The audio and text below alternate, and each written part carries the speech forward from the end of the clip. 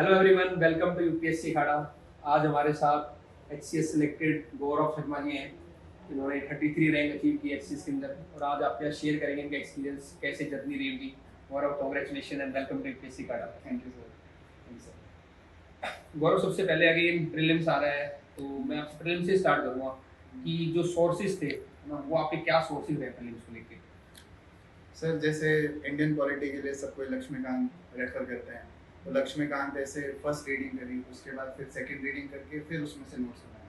क्योंकि first reading में हम जनरली क्या करते हैं, हम सब कुछ लिख देते हैं, वो स्पेसिफिक चीज़ें नहीं लिख पाते जो एग्जाम पॉइंट ऑफ व्यू से मतलब लिखनी चाहिए हम लोगों को। तो फिर मैं प्रेफर करता हूँ कि सेकेंड रीडिंग में नोट्स बनाए। ऐसे ही हिस्ट्री के लिए फिर स्पेक्ट्रम, इंडियन इकोनॉमी, फिर इन्वायरमेंट के लिए शंकर आईएएस फॉलो किया, जो सभी लोग करते हैं। मतलब मेजरली जो भी सोर्सेज होते हैं अपने स्टैंडर्ड सोर्सेज वही फॉलो करते हैं। मल्टीपल सोर्स आपने यूज किए हैं, फिर उसके बाद उसको कैसे आप कंसोलिडेट करते थे और रिवीजन पे क्या फोकस कैसे रहता था आपका, क्योंकि अल्टीमेटली ज़्यादा मुझे लगता है रिवीजन एक मेन की रोल प्ले करता है। हाँ सर, रिवीजन अपने आप में मतलब बिना रिवीजन आप अगर जाते हो तो फिर वहाँ पे फंकल ऐसे कर जाते हो दिमाग में कि यही था कि नहीं था, थोड़ा सा लैक ऑफ क्लैरिटी वहाँ पे आ जाती है।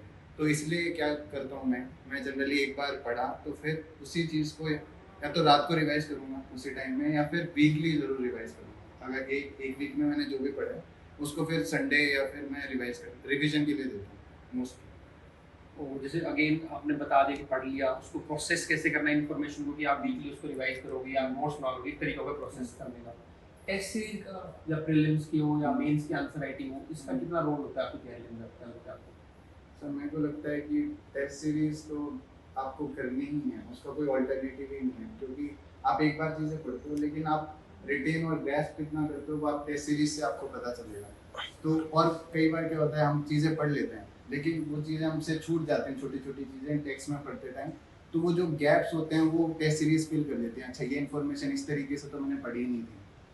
हाँ, तो फिर टेस्ट तो और प्री अगर आ रहा है तो आपको जनरली 15 टू 20 डेज पहले तक तो ज़्यादा टेस्ट ही करने चाहिए। उसके बाद अपना रिवीजन 15 से 20 दिन पहले कंसोलिडेट करने के लिए, या उससे पहले आपको टेस्ट देने चाहिए। और जो ये टेस्ट देने के बाद उसको वापस कितना आप रेफर करते थे मॉडल आंसर को, या उसकी वैलिडेशन या क्या उसमें इंप्रूवमेंट करनी है टेस्ट मैं सर क्वेश्चंस हाईलाइट कर लेता था। हाँ, और ऐसे कुछ तो रैंडम क्वेश्चंस आ जाते हैं टेस्ट सीरीज में, उनको नहीं करता था क्योंकि चलो नहीं आएगा, बहुत रैंडम है। लेकिन जो मेरे को लगता था कॉन्सेप्चुअल क्वेश्चन है, मेरे को पता होना चाहिए था, तो वो हाईलाइट करके रखता था और फिर पेपर से पहले रिवाइज कर लेता था।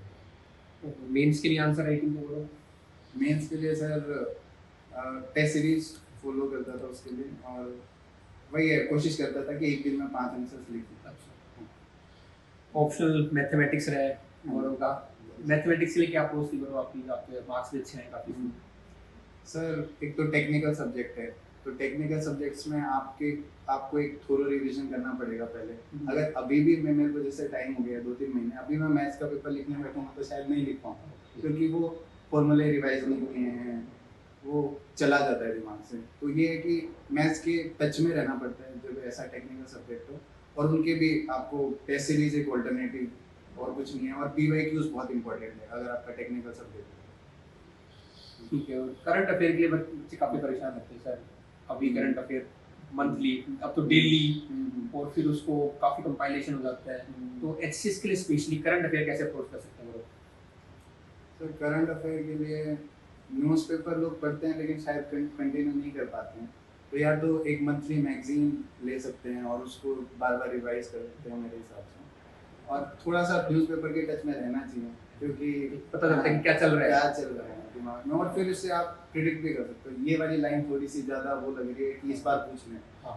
कुछ टॉपिक्स ऐसे होते हैं कि बहुत ज़्यादा बार जैसे G20 चल रहा था उस टाइम, तो मेंस में आ गया था उस टाइम पे, लगभग अर्बन फ्लडिंग हो रहा था, वो आ जाता है। कुछ ऐसा हम प्रेडिक्ट कर सकते हैं चीज़ों को। लेकिन एक मैं लिस्ट भी निकालता हूँ लगभग 200 टॉपिक्स की, उसमें फंस जाते हैं लगभग उससे ही।